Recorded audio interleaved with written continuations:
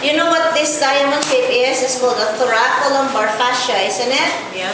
Anteriorly, we know that these rectangular muscles here are called the rectus abdominis, and the line here is the linea alba, and the lines dividing the rectus abdominis is called the scriptionis tendinae. Okay? And these are the serratus anterior. What do you think is the scalene here? Probably that's the scalene, huh? The scalene is on the neck. Superior. No, it's the muscle crossing the serratus anterior. On the cat. I will check. Okay. So dorsally, so you're going to. These are the only parts on the dorsal side, though. What do you call this part? The outer one. That is the external abdomen. External oblique. And the inner one? Internal. Correct. Those are only the parts you need. Oh, aside from that, remember in the cat, there were only few muscles that we identified in the back? Remember? The one in your manual? Multifidus. Okay, towards the lumbar region, the longissimus branches into two, isn't it? But towards the axis, along the axial region or midline, that's multifidus, isn't it? So from the lumbar region, the longissimus branches into medial longissimus and lateral longissimus, and the one at the bottom is the iliocostalis lumborum, because it's found in the lumbar region. And then I said, if we move towards the thoracic region, that iliocostalis become now iliocostalis thoracis, because it's in the thorax region. Now, the two branching of the medial longissimus and lateral longissimus, as it moves towards the thoracic region, it becomes only longissimus. Because like it branches out into two, but towards the thorax, it becomes one. And then that what is it called? Triangular muscle above it is called the semispinalis dorsi. So you memorize those muscles on page 19 of your manual. And then you have, what is this? Longissimus capitis, that small one. And then towards the neck is the splenius muscle. Okay? So here, we separated the layers. External oblique. The middle is the internal oblique, and the innermost one, which is almost dark layer, is the transversus abdominis. And then of course we have the serratus anterior and the scalene. And of course you will be asked, like there will be pin in the middle and the ventral side, the linea alba and then the rectus abdominis and so on. And be able to identify the organs internally, plus the vessels. Okay? So from the heart, it branches to superior vena cava. It becomes brachiocephalic vein.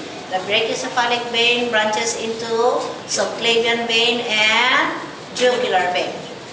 So on the aortic arch, there are only two branches. So the main branch is the left subclavian artery. Correct me if I'm wrong. And then the other major one is the brachiocephalic artery. Correct? The brachiocephalic artery branches into three. If this is the left subclavian artery, the brachiocephalic artery is a bigger artery where it branches into the right subclavian, and the two middle ones are the left common carotid artery and the right common carotid artery. You know where the phrenic nerve is? Those are the threads along the heart that goes to the diaphragm. And then, of course, you know what the greater omentum is. That's the fatty tissue that covers the abdominal organ. You know where the hepatic portal vein is? Underneath the liver. And in the exam, it will be a yellow tube. Okay, you can say yellow tube. And it branches down. Its first branch is the gastrohepatic vein. And the one that goes towards the small intestine is called the superior mesenteric vein. Okay? And then, I never saw a female cat though. And, you know, it will be tricky. They will set up a female cat. And how do you know if it's a female and a male? If it's a male, there's a testicle. Do not be confused with the ureter with the uterus of a female. the uterus of a female is almost paralleling the ureter, and at the end of it, of course, is the ovary. And the ovary is attached to the vein with ovarian vein and ovarian artery. The kidney is attached to the vein and artery with called the renal vein and the renal artery. So on the right side of the cat, if we push all the organs towards the left, that blue vein on the right side is called the sinuous vein. And those smaller veins branching from it is called the posterior, what is it? Vein. What do you call those?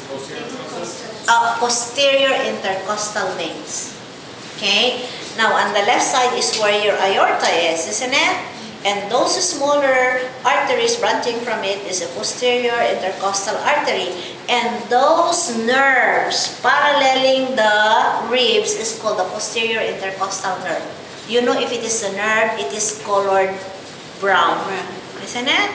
Now, when a pin is pinned from inside in between the ribs and the muscle, it's called the what? Internal intercostal muscle. If it is pinned outside, then it is called the external intercostal muscle. Okay?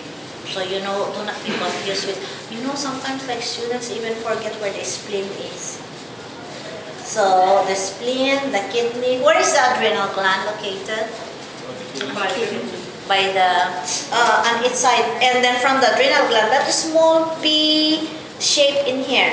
What are the two main arteries branching from it? Connected to the aorta? Celiac trunk and superior mesenteric artery. The inferior mesenteric artery is towards the bottom where it connects with the large intestine. Okay, that is the inferior mesenteric artery. Okay, and be able to identify where the pancreas is, where the stomach is.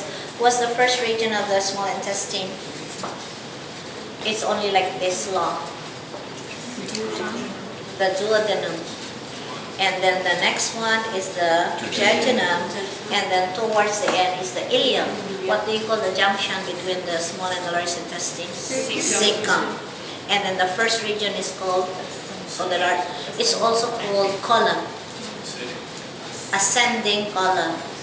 Then ascending, transverse, and descending. And of course, you should know what where the urinary bladder is. Okay?